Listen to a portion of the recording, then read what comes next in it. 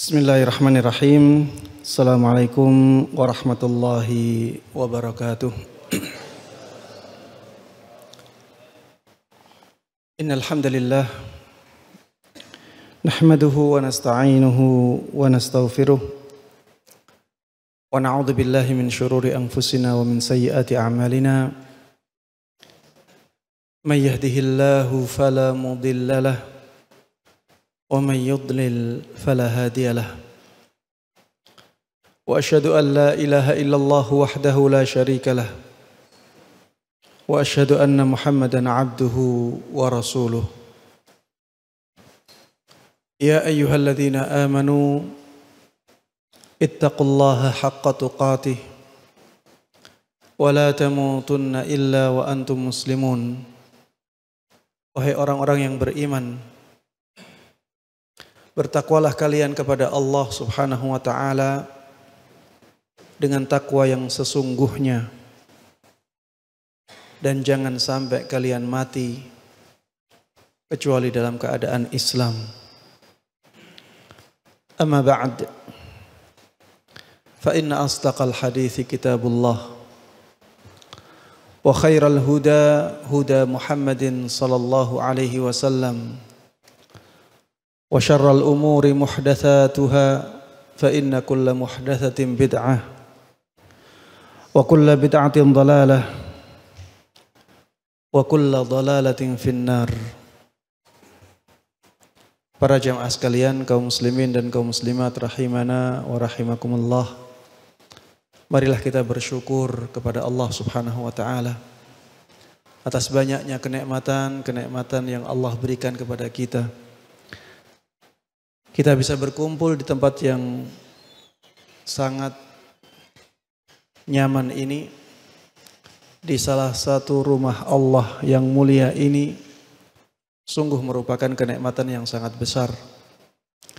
Tanpa taufik, tanpa kemudahan, tanpa pertolongan, tanpa nikmat Allah, kita tidak akan bisa berkumpul dan bermajelis di tempat ini.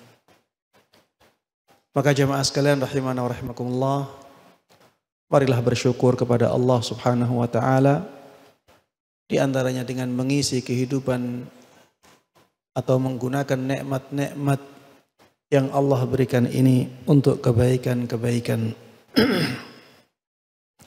Sehingga nikmat yang Allah berikan ini terus dijaga oleh Allah ada pada kita, dan kita mendapatkan kenikmatan yang lainnya sebagaimana Allah janjikan, la in syakartum la azidannakum. Kalau kalian bersyukur, aku benar-benar akan memberikan tambahan untuk kalian. Jamaah sekalian rahimana rahimakumullah, tidak lupa salawat dan salam, begitu pula keberkahan dan kenikmatan, semoga selalu terlimpahkan dan tercurahkan kepada Nabi Agung Muhammad sallallahu alaihi wasallam, begitu pula kepada seluruh keluarga beliau, seluruh sahabat beliau, dan seluruh kaum muslimin yang mengikuti beliau dan para sahabatnya dengan baik hingga hari akhir nanti. Ikhwati wa akhwati fillah, a'azzanallahu wa iyyakum. Pada kesempatan kali ini kita akan membahas tema yang akan mengingatkan kita kepada kematian. Pada akhirnya semuanya akan mati.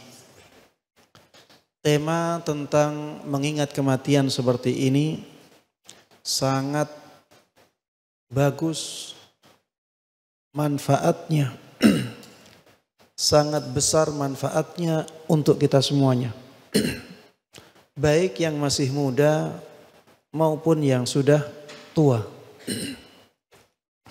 Makanya Rasulullah sallallahu alaihi wasallam dahulu memerintahkan kita untuk mengingat kematian, bahkan memperbanyaknya.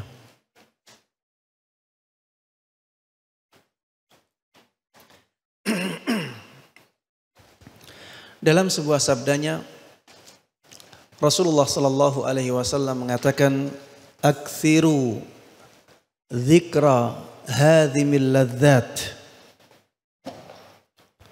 Perbanyaklah mengingat penghancur kenikmatan. Rasulullah sallallahu alaihi wasallam dalam hadis ini tidak mengatakan ingatlah mati. Tidak mengatakan ingatlah kematian. Tapi Rasulullah sallallahu alaihi wasallam katakan perbanyaklah mengingat kematian. Karena mengingat kematian itu manfaatnya sangat besar sekali bagi kita dalam kehidupan dunia ini. Dengan mengingat kematian jamaah, kita akan semangat melakukan kebaikan. Dan kita akan semangat meninggalkan keburukan. Dan itu sesuatu yang sangat besar maslahatnya untuk kita. Jamaah sekalian rahimana wa rahimakumullah. Saking pentingnya mengingat kematian ini, sampai ada syariat yang asalnya dilarang menjadi dianjurkan untuk tujuan ini. Tujuan mengingat kematian. Syariat apa itu? Ziarah kubur. Rasulullah sallallahu alaihi wasallam pernah menyabdakan, "Inni kuntu nahaitukum an ziyaratil kubur fazuruha fa innaha tudzakkirul akhirah." Dalam riwayat yang lain atau dalam hadis yang lain, fa innaha tudzakkirukum al-maut.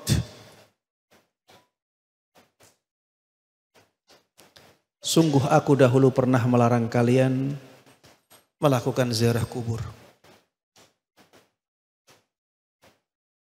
Ingat-ingatlah. Sekarang lakukanlah ziarah kubur itu. Apa alasannya? Fa innaha tudzakkirul akhirah. Karena sesungguhnya ziarah kubur itu bisa mengingatkan kepada hari akhir.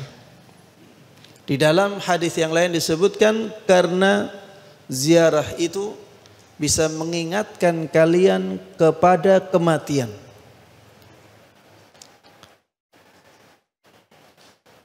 Ini menunjukkan betapa pentingnya mengingat kematian. Makanya jamaah sekalian rahimana wa rahimakumullah, perbanyaklah ingat mati. Dan jadilah orang yang benar-benar mempersiapkan kematian itu dengan sebaik-baiknya. Di dalam sebuah hadis Rasulullah sallallahu alaihi wasallam pernah bersabda, "Afdalul mu'minina ahsanuhum khuluqa." Kaum mukminin yang paling mulia adalah yang paling baik akhlaknya. Wa aqyasuhum aktsaruhum lil mauti dzikra.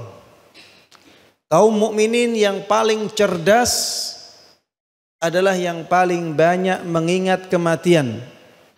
Wa ahsanuhum lahu isti'dada ulaikal aqyas. Dan orang yang paling baik dalam mempersiapkan kematiannya, mereka itulah orang-orang yang cerdas. Kalau kita ingin masuk dalam hadis ini, yaitu kaum mukminin yang paling cerdas, maka jadilah orang yang paling banyak mengingat kematian dan paling baik dalam mempersiapkan kematian tersebut. Makanya jamaah sekalian rahimana rahimakumullah, kajian-kajian seperti ini itu sangat penting sekali. Pada akhirnya semuanya akan mati. Sebenarnya kita semuanya yakin itu. Tidak ada yang ragu pada diri kita bahwa nantinya kita semuanya akan mati. Dan kita semuanya hafal insyaallah ayat yang menjelaskan itu. Kullu nafsin dha'iqatul maut. Semua yang bernyawa pasti akan mencicipi kematian. Kepada Rasulullah sallallahu alaihi wasallam Allah Subhanahu wa taala berfirman, "Innaka mayyitun wa innahum mayyitun." Sesungguhnya engkau wahai Muhammad pasti akan mati. Dan mereka juga pasti akan mayit. Akan jadi mayit, akan mati semuanya. Allah Subhanahu wa taala di dalam ayat yang lain mengatakan, afa immitta fahumul khalidun. Apakah apabila engkau mati mereka tidak mati, mereka kekal? Semuanya jamaah akan merasakan kematian. Masya Allah, ini adik-adik dari mana ini?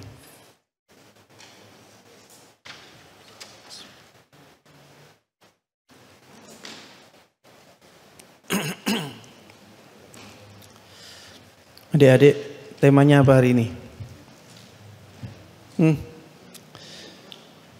Semuanya akan merasakan kematian adik-adik. Taib. Jamaah sekalian rahimana wa rahimakumullah. Di dalam ayat yang lain Allah Subhanahu wa taala berfirman, "Aina ma takunu yudrikumul maut." Dimanapun kalian berada, kematian akan mendatangi kalian. Kematian akan menemui kalian.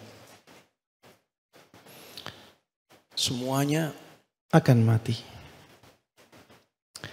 Tidak ada yang bisa selamat dari kematian ini. Tidak ada yang bisa menyelamatkan orang dari kematian. Apapun yang diusahakan oleh orang. Orang yang paling semangat, paling tinggi cita-citanya untuk hidup lama di dunia itu siapa? Orang-orang Yahudi. Orang-orang Yahudi disebutkan di dalam Al-Quran, yawaddu ahaduhum law yu'ammaru alfasana. Salah seorang dari mereka itu ingin kalau mereka bisa dikasih umur sampai 1000 tahun. Ini dijelaskan oleh Allah dengan sangat tegas di surat Al-Baqarah. Allah sedang menjelaskan tentang orang-orang Yahudi. Tapi tetap saja mereka tidak bisa hidup selama-lamanya di dunia. Bahkan saya belum pernah mendengar ada dari mereka ya setelah Rasulullah SAW diutus tentunya ya. Ada yang umurnya lebih dari 200 tahun. Wallahu a'lam apakah ada atau tidak ada. Tapi yang lebih dari 100 tahun ada. Tapi yang 200 tahun sampai sekarang saya belum pernah mendengarkan. Intinya sekuat apapun orang ingin hidup di dunia, itu tidak akan menyelamatkan dia dari kematian. Apakah dengan harta seseorang bisa selamat dari kematian? Tidak mungkin. Sebanyak apapun hartanya. Kalau harta bisa menyelamatkan seseorang dari kematian, tentunya Qarun akan hidup sampai saat ini. Qarun, hartanya sangat banyak sekali.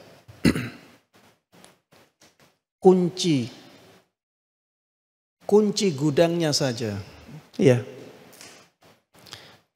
tidak bisa dipikul oleh banyak orang. Saking banyaknya hartanya. Begitu pula Nabi Sulaiman. Akhirnya meninggal. Akhirnya wafat alaihi salatu wassalam. Padahal hartanya, kekayaannya sangat luar biasa. Tahta juga tidak akan bisa menyelamatkan seseorang dari kematian. Kalau tahta, kedudukan bisa memuliakan, bisa menyelamatkan seseorang dari kematian, tentunya Fir'aun akan hidup sampai zaman kita. Fir'aun, kekuasaannya sangat luar biasa. Orang sampai ketika mengatakan ana rabbukumul a'la ditaati oleh rakyatnya. Ini gimana ya? Mengatakan aku adalah Rabb kalian yang paling tinggi. Dan rakyatnya ngikut saja. Ini menunjukkan betapa absolutnya kekuasaan dari Raja Fir'aun. Akhirnya mati juga. Kekuatan, kesehatan, setinggi apapun teori kesehatan seseorang, sedalam apapun ilmu kesehatan seseorang, tidak akan bisa menyelamatkan dia dari kematian. Dokter butuh dokter. Iya, dokter akhirnya sakit juga. Dan dokter akhirnya mati juga.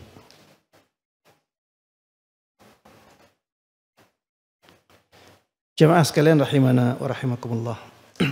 Bahkan kemuliaan seseorang di sisi Allah tidak akan menyelamatkannya dari kematian.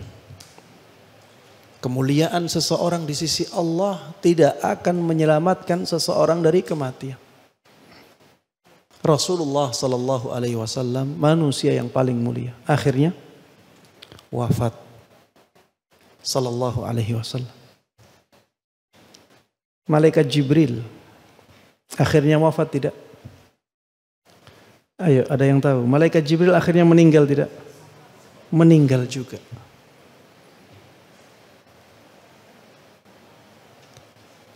Tidak ada yang bisa selamat dari kematian.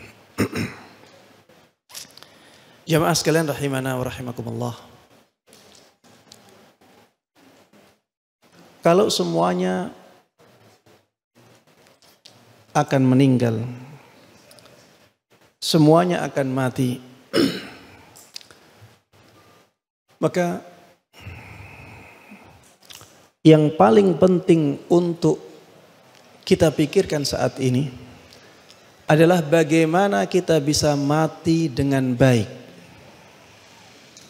Karena kita sudah tidak mungkin melarikan diri dari kematian ini.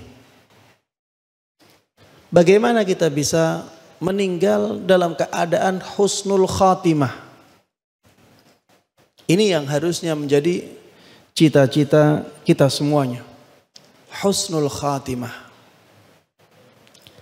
Meninggal dengan penutup yang baik. Meninggalkan dunia dengan amalan yang mulia. Jamaah sekalian rahimana wa rahimakumullah. Kalau kita ingin husnul khatimah, maka kita harus punya usaha. Kita harus berusaha untuk mati husnul khatimah. Jadi orang kalau punya angan-angan, punya keinginan, itu harus berusaha. Kalau hanya bermimpi saja tanpa usaha, maka tidak akan mendatangkan hasil. Husnul khatimah juga demikian. Kalau kita ingin husnul khatimah, lakukanlah amalan-amalan yang bisa menjadikan kita husnul khatimah. Maka jemaah sekalian rahimana wa rahimakumullah, di sini saya ingin menyebutkan beberapa amalan yang bisa mengantarkan kita kepada husnul khatimah. Yang pertama, akidah yang lurus. Luruskan akidah kita agar kita meninggal dalam keadaan husnul khatimah. Kenapa akidah jamaah? Karena akidah adalah pondasi agama seseorang. Ya. Akidah adalah pondasi agama seseorang. Kalau pondasinya kuat, maka bangunannya akan kuat. Kalau pondasi agama seseorang kuat, maka amalan agama seseorang juga akan kuat. Pondasinya lurus, amalannya akan lurus. Kalau amalannya kuat, amalannya lurus, insya Allah Allah akan menutup kehidupan orang tersebut dengan husnul khatimah. Jamaah sekalian rahimana wa rahimakumullah, di zaman kita khususnya kaum muslimin dijauhkan dari akidahnya. Ya, baik dengan cara yang terang-terangan maupun dengan cara yang samar-samar. Tugas kita jamaah giat dan semangat untuk mempelajari akidah. Dan pelajarilah akidah yang dibawa oleh Rasulullah sallallahu alaihi wasallam dan para sahabatnya. Kesampingkan dahulu perkataan para ulama atau perkataan orang-orang setelah zaman sahabat Nabi Muhammad sallallahu alaihi wasallam. Ambil akidah dari Al-Qur'an, ambil akidah dari sunnah Nabi Muhammad sallallahu alaihi wasallam, dan ambil akidah dari para sahabat Nabi. Agar akidah kita benar-benar murni. Dan itu sudah cukup jamaah sekalian rahimana wa rahimakumullah.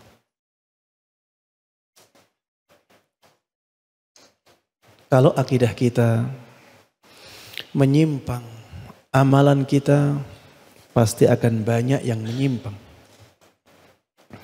Sebuah pohon jamaah, kalau akarnya rusak, pohon akan mati dan kering. Beda kalau akarnya ini sehat, maka pohon akan tumbuh dan menjulang tinggi. Akidah seseorang juga demikian. Kalau akidah seseorang kuat, maka dia akan banyak amalan baiknya.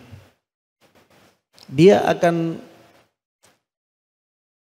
bisa menganggap sepele hal-hal yang lain. Dia akan bisa menomorsatukan Allah subhanahu wa ta'ala dalam hidupnya. Makanya ia pelajari akidah dengan baik dan terapkan. Akidah itu tentang keimanan. Akidah itu tentang tauhid, ya. Iman dibagi menjadi 6 rukun. Itu dipelajari dengan baik. Bagaimana kita beriman kepada Allah, beriman kepada Rasulullah, beriman kepada kitab-kitabnya Allah, beriman kepada para malaikat Allah, beriman kepada hari akhir, beriman kepada takdir, dipelajari dengan baik sesuai dengan dalil-dalilnya. Begitu pula dengan tauhid, terbagi menjadi 3. Ada tauhid uluhiyah, ada rububiyah, ada asma wa sifat. Pelajari dengan baik. Dengan kita belajar akidah yang baik ini, yang lurus ini, maka kehidupan beragama kita akan menjadi lurus. Kalau kehidupan beragama kita menjadi lurus, insya Allah kita akan mendapatkan husnul khatimah. Kemudian yang kedua jamaah sekalian rahimana wa rahimakumullah, termasuk di antara sebab yang paling kuat menjadikan seseorang husnul khatimah adalah berpegang teguh dengan sunnah. Berpegang teguh dengan tuntunan Rasulullah sallallahu alaihi wasallam.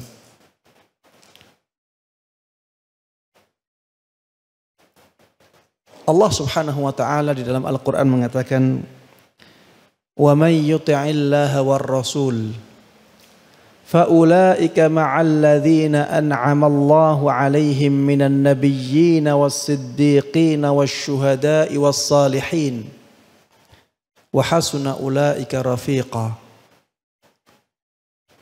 Barang siapa yang taat kepada Allah dan taat kepada Rasulnya, mereka itulah orang-orang yang akan bersama dengan orang-orang yang dikasih nikmat oleh Allah. Dari para nabi, para siddiqin, para syuhada, dan para salihin. Orang yang taat kepada Allah dan Rasulnya, dia berpegang teguh dengan sunnah Nabi Muhammad sallallahu alaihi wasallam. Orang yang berpegang teguh dengan sunnah, dia pasti taat kepada Allah. Dia pasti taat kepada Rasulullah sallallahu alaihi wasallam. Mereka adalah orang-orang yang akan bersama dengan orang-orang yang dikasih nikmat oleh Allah. Dari para nabi, para siddiqin, para syuhada, dan para salihin. Orang yang seperti ini adalah orang-orang yang husnul khatimah. Bersama para nabi, gimana tidak husnul khatimah?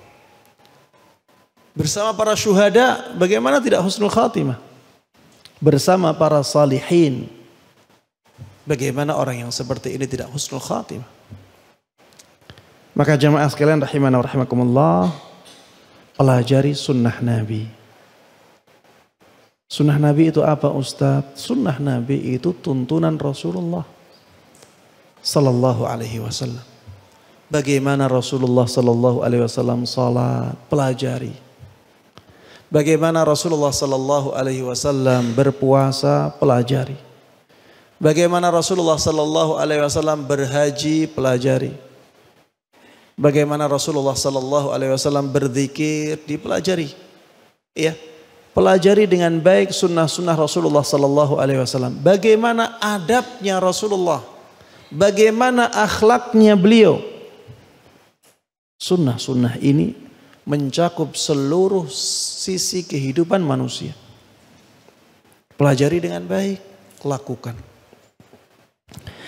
Dan jangan kita mendengar omongan orang. Iya, di zaman ini banyak orang yang dibully karena menerapkan sunnah Nabi. Dan ana yakin banyak dari antum yang merasakan. Di zaman ini banyak orang yang dibully karena apa? Menerapkan sunnah Nabi. Memelihara jenggot, dibully. Memakai kerudung besar, dibully. Memakai cadar, dibully. Mengangkat sarung di atas mata kaki, dibully. Selalu mereka gunakan ini budaya Arab. Padahal semuanya dari sunnah Nabi Muhammad sallallahu alaihi wasallam. Semua yang saya sebutkan itu ada di dalam Al-Quran, ada di dalam hadis Nabi Muhammad sallallahu alaihi wasallam. Maka jamaah sekalian rahimana wa rahimakumullah, kalau kita ingin mati husnul khatimah, maka pegang teguhlah sunnah Nabi Muhammad sallallahu alaihi wasallam, pelajari dengan baik, terapkan dalam kehidupan kita. Kemudian yang ketiga, di antara yang bisa mengantarkan kita kepada husnul khatimah adalah menyembunyikan amal kebaikan. Menyembunyikan amal kebaikan ini akan menjadikan amal kebaikan semakin besar pahalanya. Makanya salah seorang sahabat Nabi Muhammad sallallahu alaihi wasallam yang mulia yang bernama Az-Zubair Ibnul Awwam radhiyallahu taala anhu mengatakan, "Man istata'a minkum ay yakuna lahu khabi'un min 'amalin salihin falyaf'al." Barang siapa dari kalian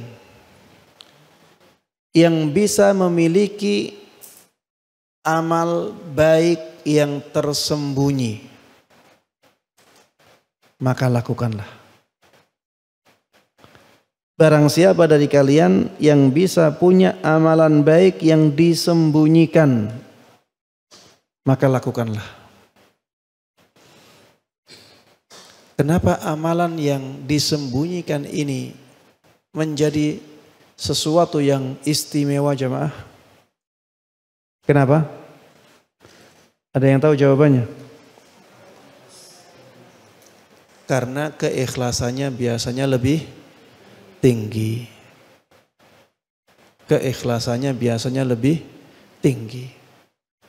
Makanya Rasulullah sallallahu alaihi wasallam mengatakan, salat yang paling afdal setelah salat fardu itu apa? Salat malam. Kenapa? Karena salat malam itu biasanya dilakukan secara sembunyi-sembunyi. Iya, orang tidak tahu. Orang tidak tahu. Biasanya salat malam dalam keadaan orang-orang masih pada tidur. Makanya menjadi ibadah yang sangat istimewa. Sedekah juga demikian jemaah. Sedekah itu kalau kita sembunyikan pahalanya sangat istimewa. In tubdus sadaqati fa ni'ammahi wa in tukhfuha wa tu'tuha al-fuqara fa huwa khairul lakum.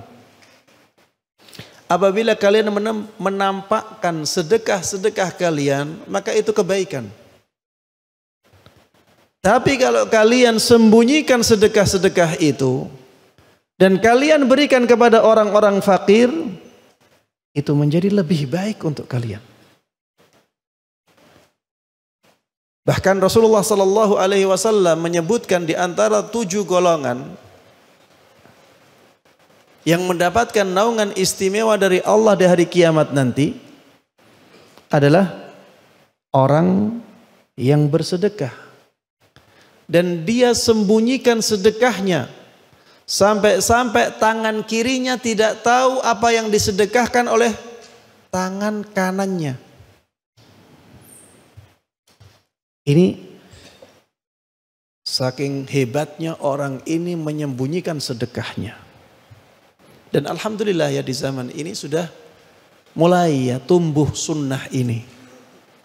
Seringkali orang donasi tulisannya hamba Allah. Ya, tidak menyebutkan nama. Ini termasuk di antara menyembunyikan sedekah. Termasuk di antara cara menyembunyikan sedekah dengan tidak menyebutkan nama. Hamba Allah, semuanya hamba Allah. Ini lebih afdal. Ini lebih utama, lebih istimewa daripada kita sebutkan nama. Walaupun kalau disebutkan nama juga tidak ada masalah. Allah katakan fani'immahi. Itu baik. Tapi kalau disembunyikan lebih baik lagi. Zikir jamaah. Zikir. Kalau disembunyikan luar biasa.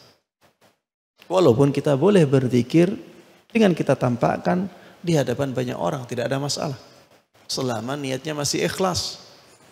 Tapi kalau disembunyikan menjadi amalan yang istimewa. Makanya di antara 7 golongan lagi yang mendapatkan naungan istimewa di hari kiamat nanti, kata Rasulullah sallallahu alaihi wasallam, orang yang berzikir saat sendiri sampai akhirnya dia menangis. Wa rajulun dzakarallaha khaliyan fafadat ainah. Ini menunjukkan ya bahwa ketika suatu amalan kebaikan disembunyikan, maka pahalanya bisa menjadi semakin istimewa. Coba tanya diri masing-masing, apakah sudah punya amalan yang disembunyikan? Apakah sudah punya amalan kebaikan yang tidak dilihat oleh orang lain? Alhamdulillah di zaman ini kita banyak dianjurkan untuk memakai masker ya. Ini bisa untuk menyembunyikan amalan. Amalan apa jemaah? Amalan zikir. Pakai masker, kita baca zikir. Tidak dilihat oleh orang. Termasuk di antara yang menunjukkan hal ini puasa. Puasa itu menjadi sangat istimewa pahalanya karena tidak diketahui oleh orang. Anak sekarang tidak tahu siapa yang berpuasa.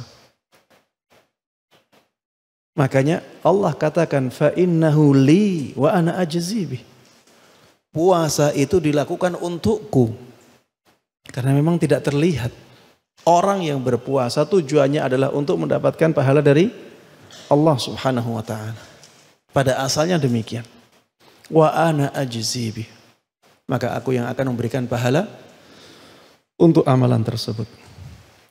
Jemaah sekalian rahimana wa rahimakumullah, intinya agar kita mendapatkan husnul khatimah, perbanyaklah amalan-amalan yang disembunyikan. Di zaman medsos ini menyembunyikan amalan semakin susah.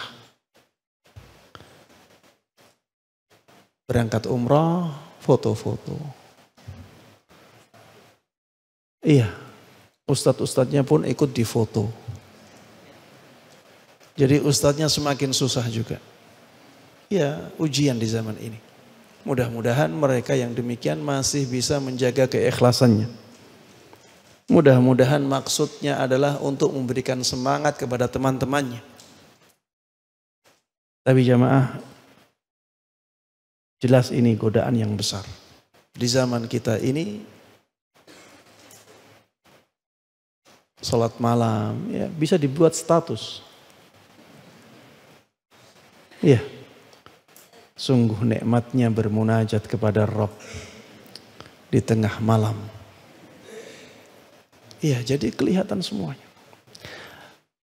Manusia di zaman ini menjadi sulit untuk bersabar dalam menyembunyikan amalan baiknya. Maka jangan ikut-ikutan ya, jangan latah. Jangan latah. Ingat resiko kita menampakkan amal-amal kebaikan kita. Resiko tidak ikhlas sangat besar.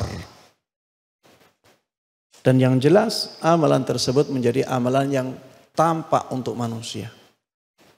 Padahal sebenarnya bisa disembunyikan. Kalau bisa disembunyikan sebenarnya dia pahalanya lebih besar. Jemaah sekalian rahimana wa rahimakumullah. Yang keempat, termasuk di antara sebab husnul khatimah adalah berbuat baik kepada manusia dan menjauhi kezaliman kepada mereka. Berbuat baiklah kepada manusia sebisa mungkin dan jauhi kezaliman kepada manusia sebisa mungkin. Rasulullah sallallahu alaihi wasallam dalam sebuah sabdanya mengatakan, "Sana'i'ul ma'ruf taqi masari'as su."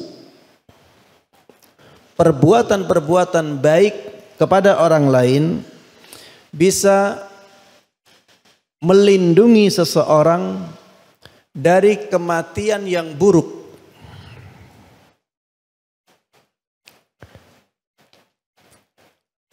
Perbuatan-perbuatan baik kepada orang lain bisa melindungi seseorang dari kematian yang su'ul khatimah. Maka sebaliknya jamaah, perbuatan-perbuatan baik kita kepada manusia bisa mengantarkan kita kepada husnul khatimah.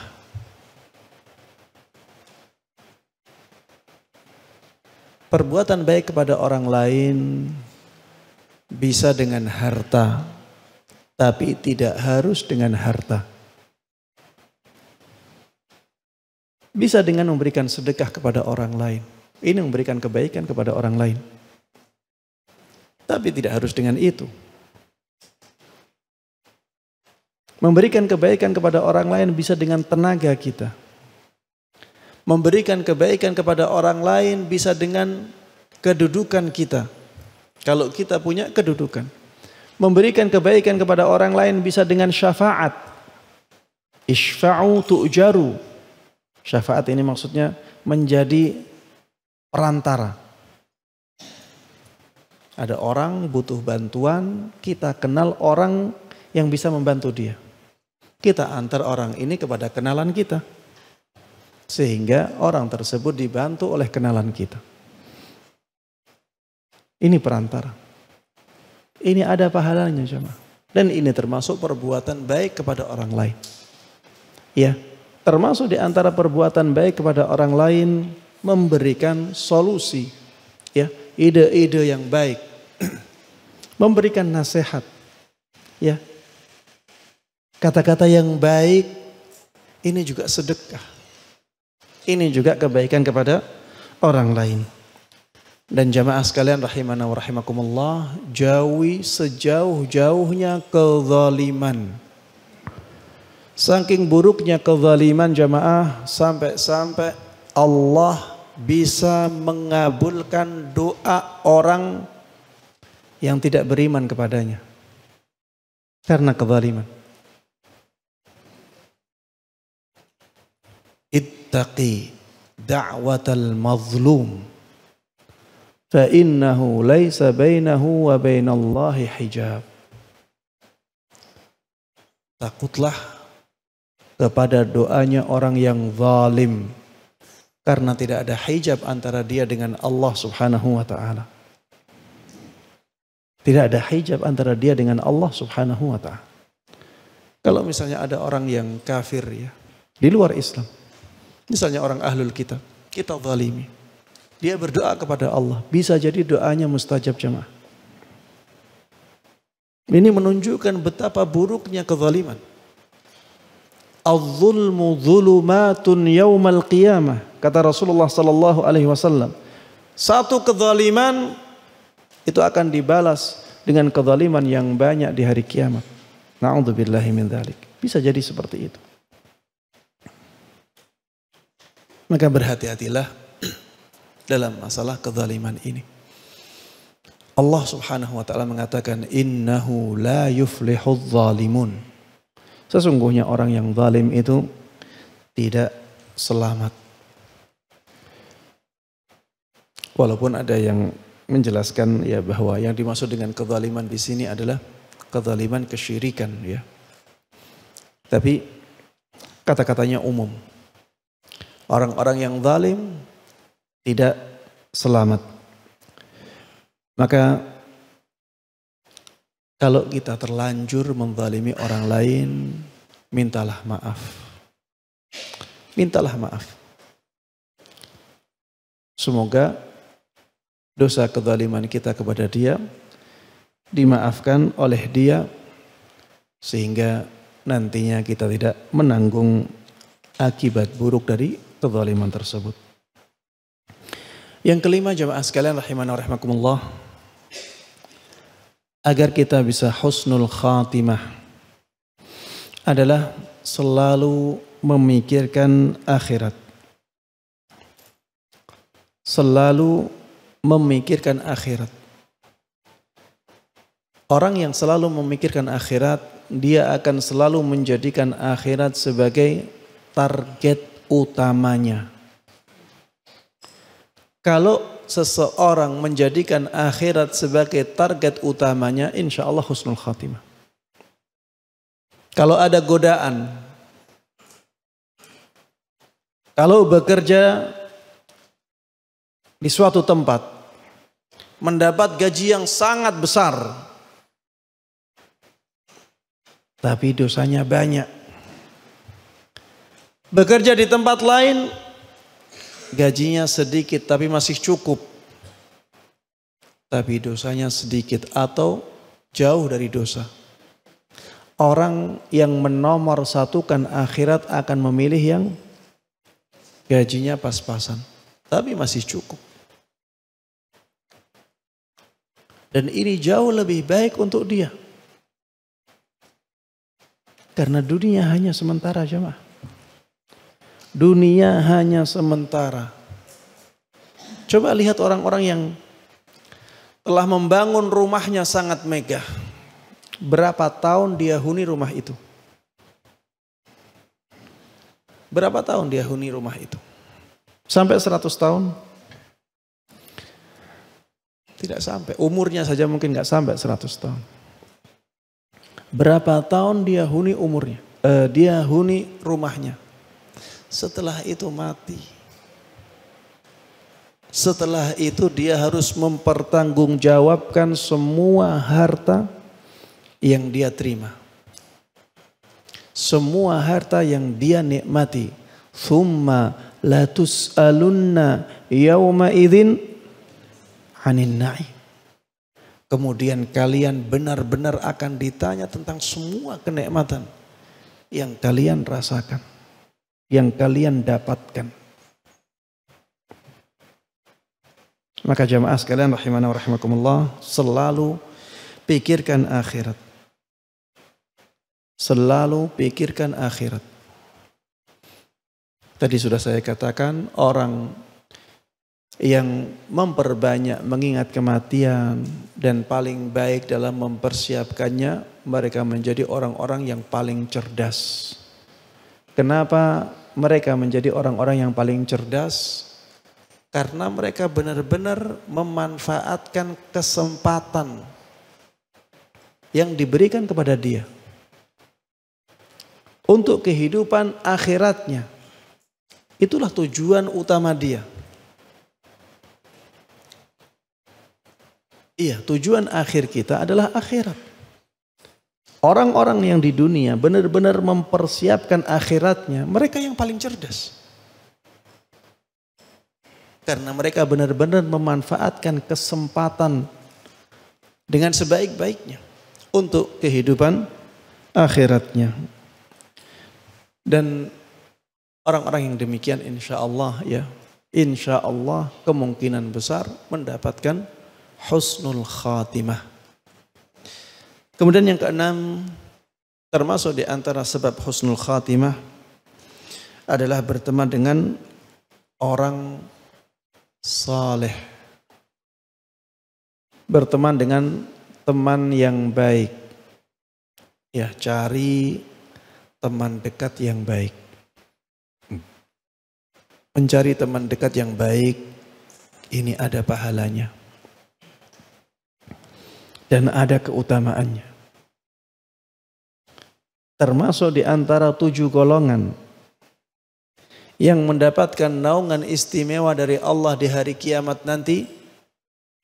Warajulani tahabba fillah ijtama'a alaihi wa tafarraqa alaihi. 2 orang yang saling mencintai karena Allah. Bertemu karena Allah, berpisah karena Allah. Kalau kita punya teman-teman yang baik, apalagi menjadi teman dekat, maka kita akan mendapatkan keutamaan ini. Teman dekat yang baik akan mengingatkan kita kepada kebaikan. Kalau kita salah, dia akan mengingatkan. Kalau kita futur, dia akan memberikan semangat kebaikan. Futur maksudnya lemah, ya, lagi hilang semangat untuk melakukan kebaikan atau lagi turun drastis, terjun bebas. Kalau kita punya teman-teman yang baik, teman-teman yang saleh, dia akan mengingatkan kita.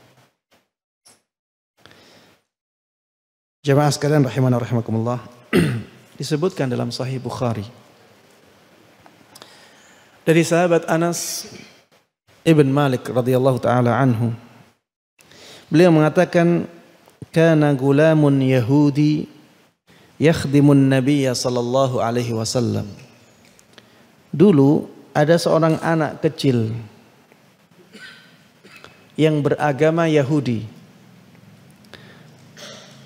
menjadi pelayan Nabi Muhammad sallallahu alaihi wasallam. Menjadi siapa? Menjadi apa? Pelayan. Pelayannya siapa? Rasulullah sallallahu alaihi wasallam. Agamanya apa? Yahudi. Ini di Sahih Bukhari jamaah.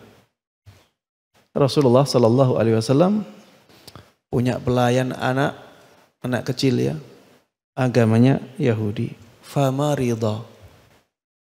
Anak ini akhirnya sakit.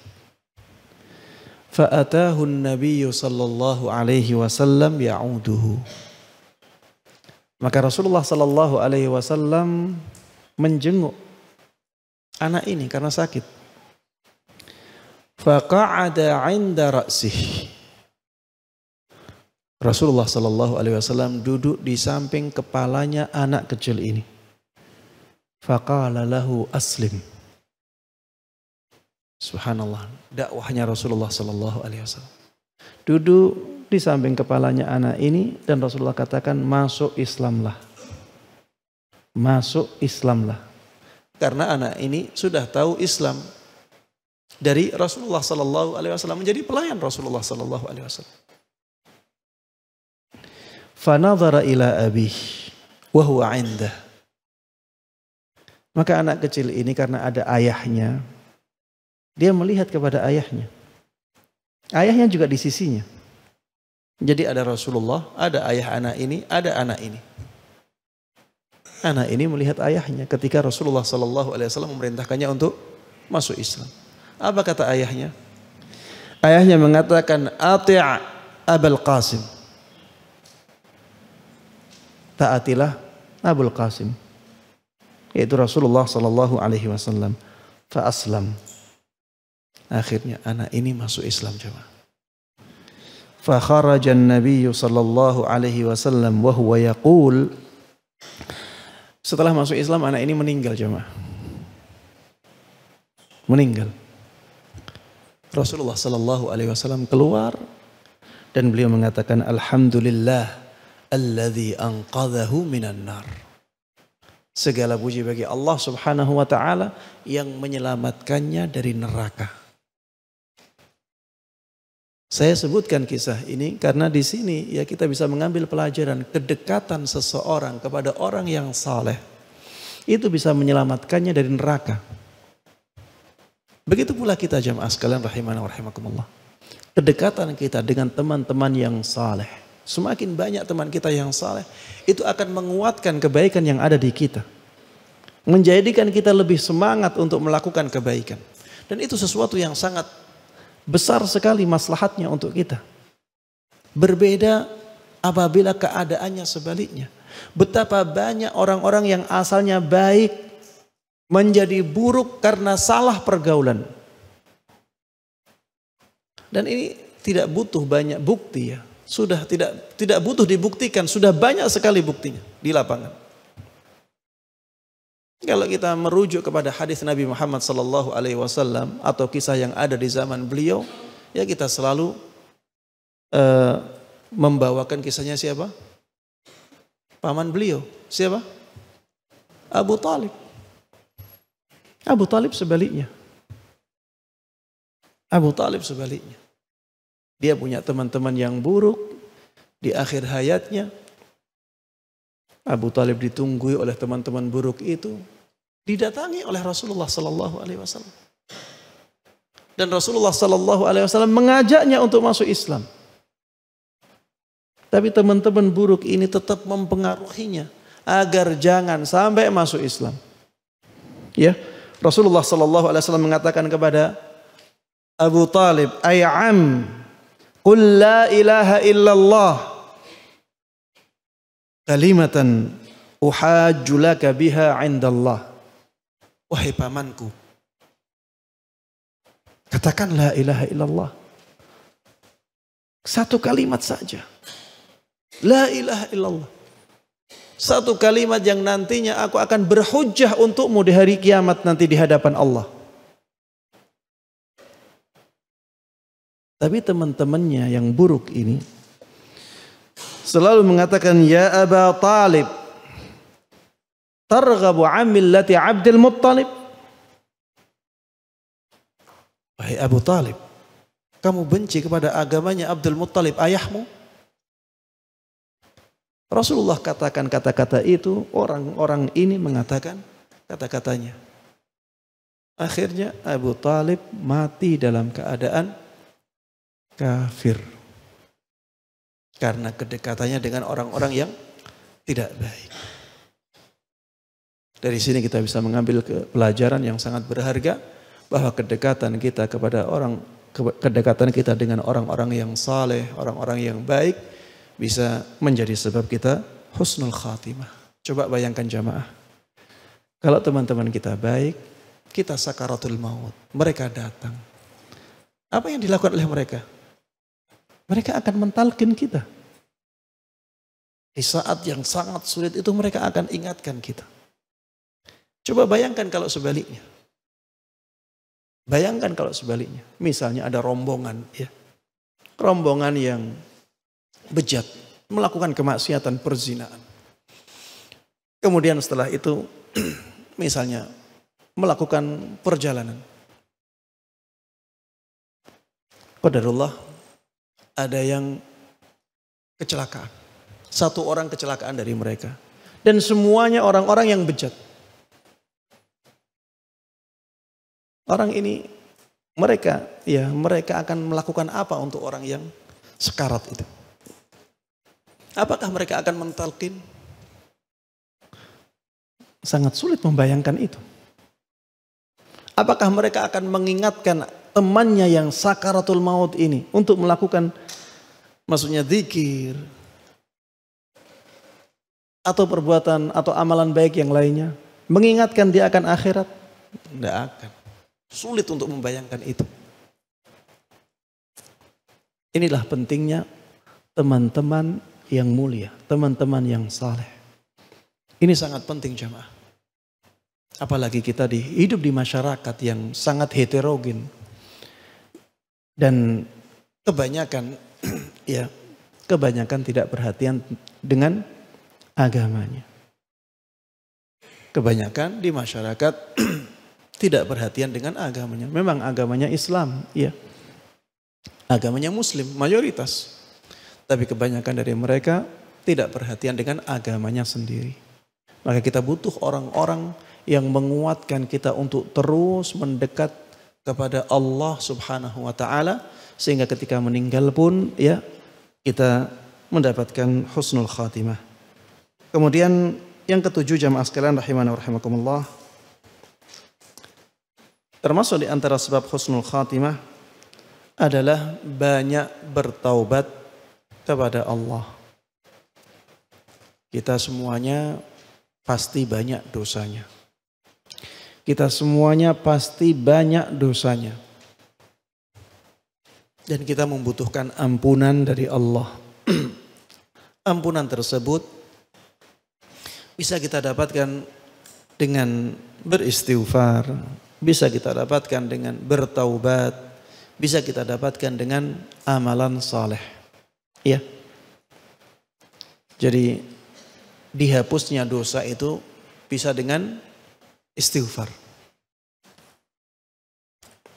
Bisa dengan taubat, bisa dengan amalan saleh. Amalan saleh itu bisa menghilangkan dosa juga. Yang saya ingin sampaikan di sini adalah taubat. Banyaklah bertaubat kepada Allah Subhanahu wa taala sehingga ya dosa-dosa kita diampuni olehnya. Kalau dosa-dosa kita diampuni oleh Allah Subhanahu wa taala,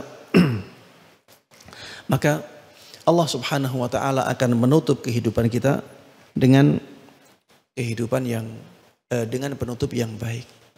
Di dalam Al-Qur'an Allah Subhanahu wa taala berfirman, "Ya ayyuhalladzina amanu tubu ilallahi taubatan nasuha asa rabbukum ayyukaffira ankum sayyiatikum wa yudkhilakum jannatin tajri min tahtihal anhar.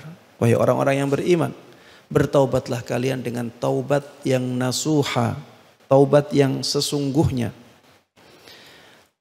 agar Rabb kalian mengampuni keburukan-keburukan kalian dan memasukkan kalian ke surga, surga ke taman-taman yang berjalan di bawahnya sungai, yang mengalir tidak di bawahnya sungai-sungai.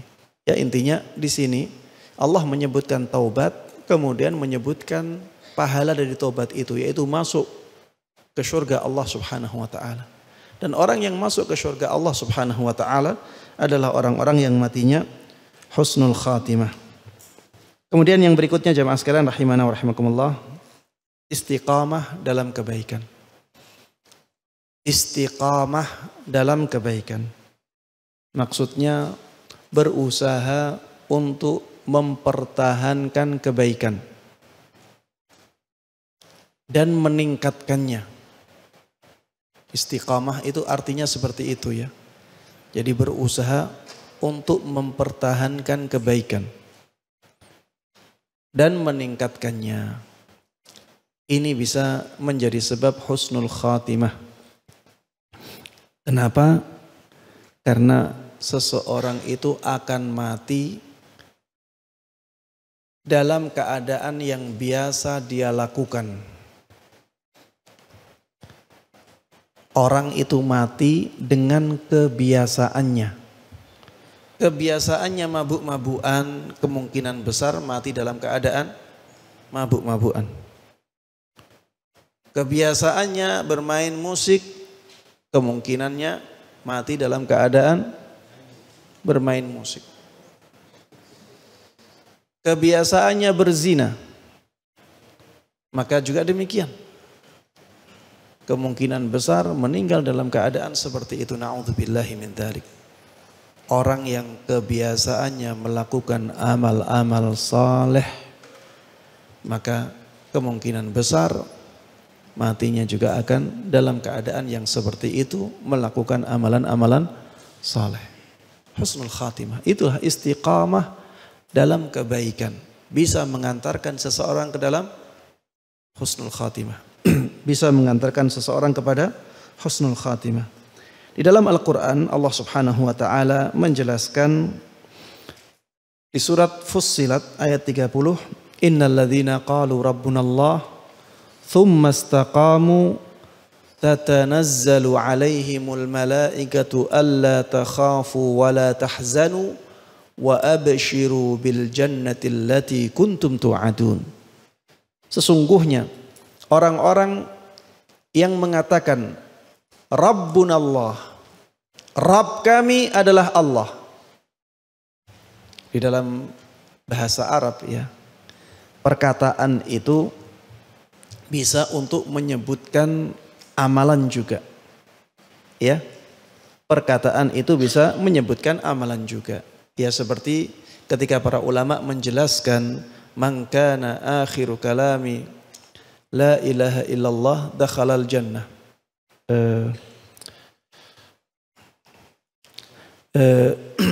Bukan itu ya, yang hadis lain. Ada hadis yang menjelaskan tentang perkataan tapi maksudnya juga amalan. Ya. Perkataan la ilaha illallah tapi maksudnya adalah amalannya juga. Qul amantu billah tsumma istaqim. Katakanlah aku beriman kepada Allah, kemudian istiqamahlah. Di sini bukan hanya perkataan saja, tapi kita harus melakukan konsekuensi dari keimanan kita kepada Allah Subhanahu wa ta'ala. Iya, ketika para ulama menyebutkan atau menjelaskan hadis man qala la ilaha illallah khalisan min qalbih dakhalal jannah. Barang siapa yang mengatakan la ilaha illallah tulus dari hatinya, dia pasti masuk surga. Kalau kita merujuk syarah para ulama tentang hadis ini, banyak yang menyinggung bahwa yang dimaksud dengan ucapan di sini masuk juga di dalamnya perbuatan. Ya, masuk di dalamnya juga perbuatan. Jadi bukan hanya mengatakan la ilaha illallah saja, tapi perbuatannya bertentangan dengan la ilaha illallah. Tidak. Dia mengucapkan itu dengan lisannya dan juga dengan anggota badannya. Ya, ini juga demikian. Innalladzina qalu rabbunallah tsumma istaqamu. Sesungguhnya orang-orang yang mengatakan rabbunallah, Rabb kami adalah Allah. Ini bukan hanya perkataan saja. Ini juga amalan, ya, ditunjukkan oleh amalan dia. Tsumma istaqamu. Kemudian dia istiqamah di atasnya. Tatanazzalu alaihimul malaikah. Maka malaikat-malaikat akan turun kepadanya. Ya, akan turun kepada mereka. Kata para ulama, turunnya malaikat kepada orang-orang ini yang mengatakan Rabbunallah kemudian istiqamah adalah ketika mendekati kematiannya. Ketika sakaratul maut.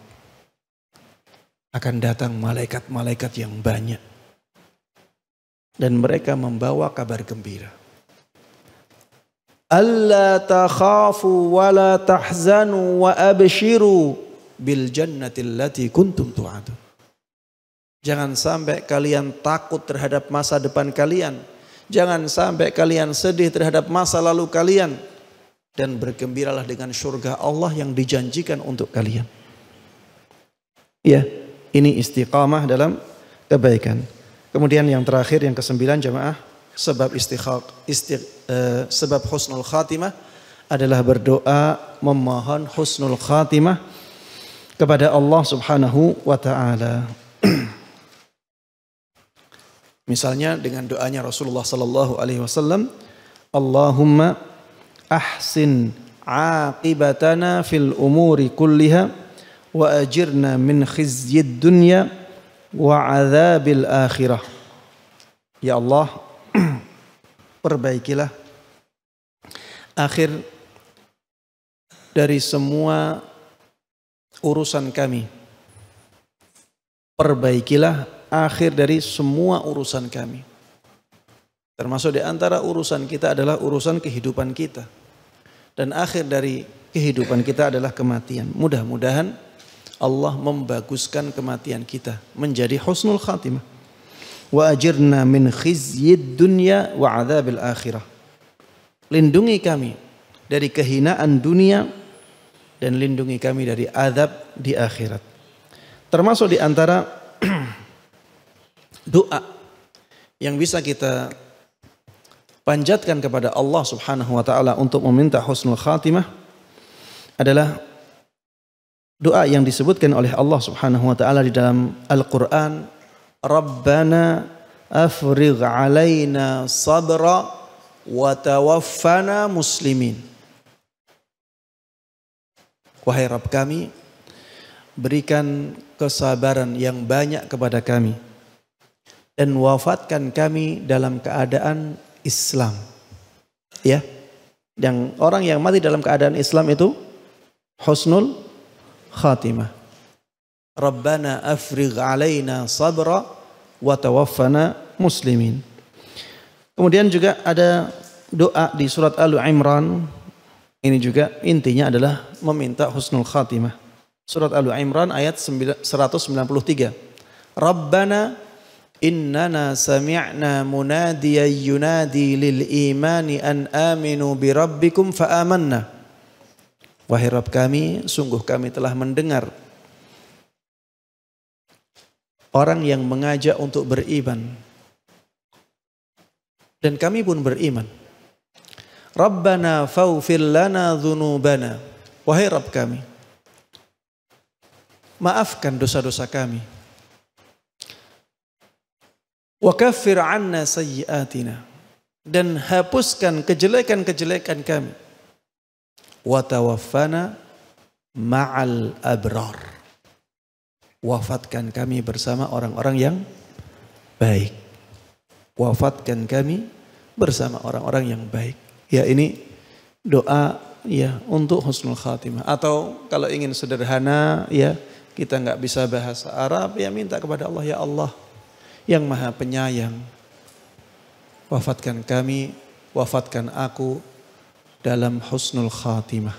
Ya itu juga bisa ya. Intinya berdoa kepada Allah Subhanahu wa taala agar Allah memberikan kita husnul khatimah, dan ini merupakan anugerah yang sangat besar ya apabila kita mendapatkannya. Demikian jemaah sekalian rahimana rahimakumullah yang bisa saya sampaikan dalam kesempatan kali ini, mudah-mudahan bermanfaat dan Allah berkahi. Amin amin ya rabbal alamin. Wassallallahu wasallam wa baraka ala nabiyyina Muhammadin wa ala alihi wa sahbihi wa man tabi'ahum bi ihsanin ila yaumiddin. Wa subhanakallahumma wa bihamdika asyhadu an la ilaha illa anta astaghfiruka wa atubu ilaik. Wassalamualaikum warahmatullahi wabarakatuh. Enggak usah pertanyaan ya. Apa harus ada pertanyaan? Baik. Silahkan yang mau bertanya.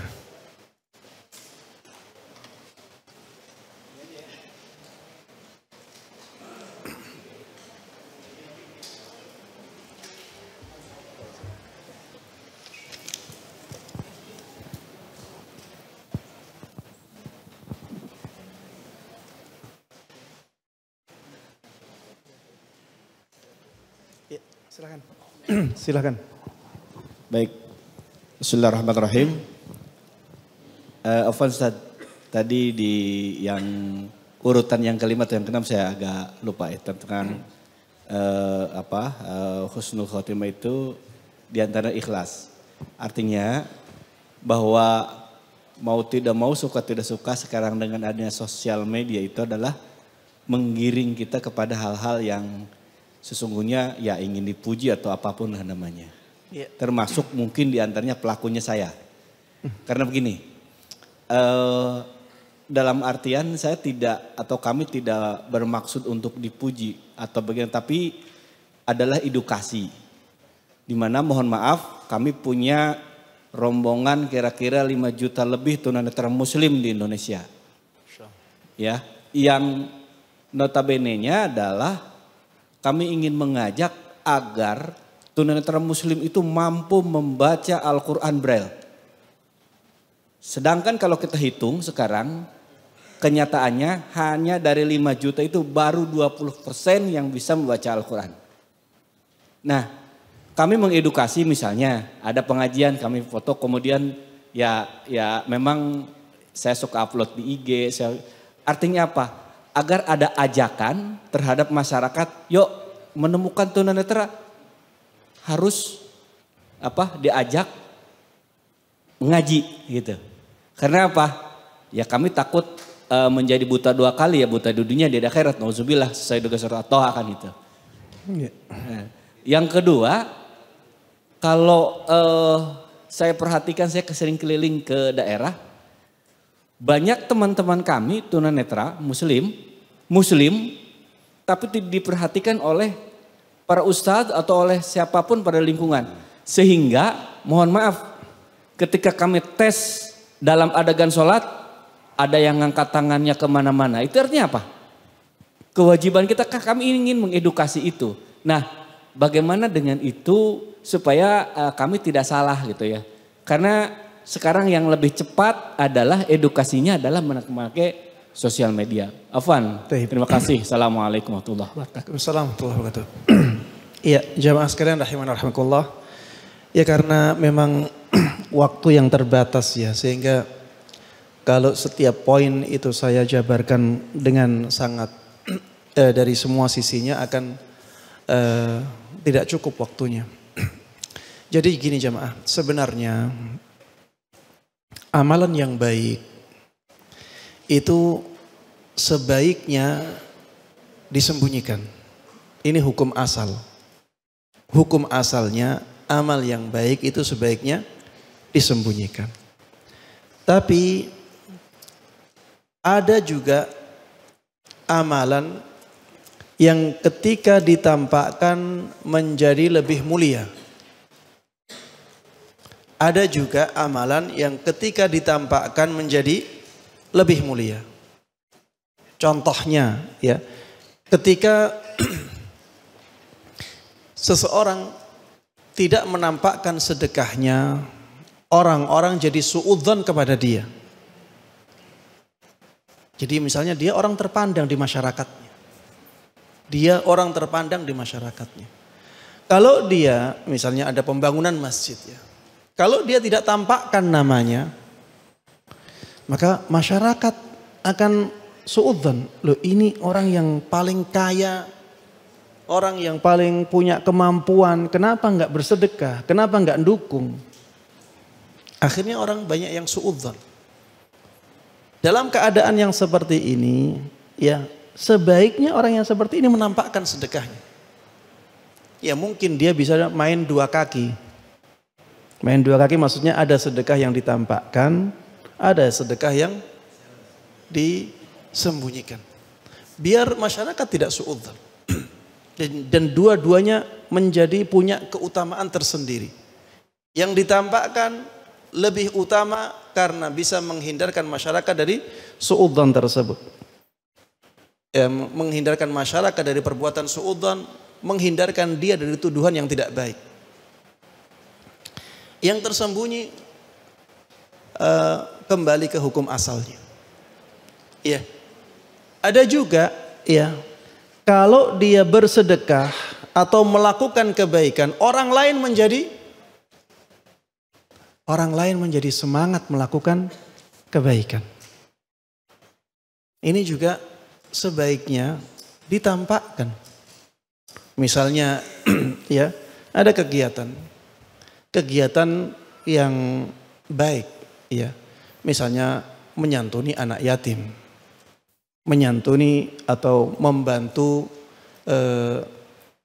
tunanetra misalnya. Kalau tidak ada nama orang besar, maka orang-orang tidak semangat untuk membantu. Akhirnya ya orang ini memasukkan namanya. Bahwa termasuk di antara yang menjadi pelopor kegiatan ini adalah si fulan yang namanya sudah besar. Orang-orang akhirnya percaya dan membantu kegiatan ini. Menampakkan yang seperti ini karena maslahatnya lebih besar, maka pahalanya juga lebih besar. Jadi hukum asalnya itu lebih baik disembunyikan. Tapi kalau maslahatnya lebih besar untuk ditampakkan, maka tampakkan. Makanya Rasulullah SAW ketika membicarakan masalah puasa, apabila ada orang yang mengajak bertikai orang yang berpuasa, apa kata Rasulullah SAW? Beliau katakan, "Falyaqul inni shaim." Kalau ada orang yang berpuasa diajak bertengkar, orang yang berpuasa disuruh oleh Rasulullah untuk mengatakan apa? Aku puasa. Rasulullah mengatakan atau memerintahkan kepada kita untuk menampakkan puasa itu. Karena ketika itu maslahatnya lebih besar. Dan tambahan satu lagi jamaah, ada amalan yang tidak bisa atau memang harus ditampakkan. Seperti ana sekarang ya. Ana sekarang menyampaikan ceramah. Apakah ana bisa menyembunyikan ceramah ini?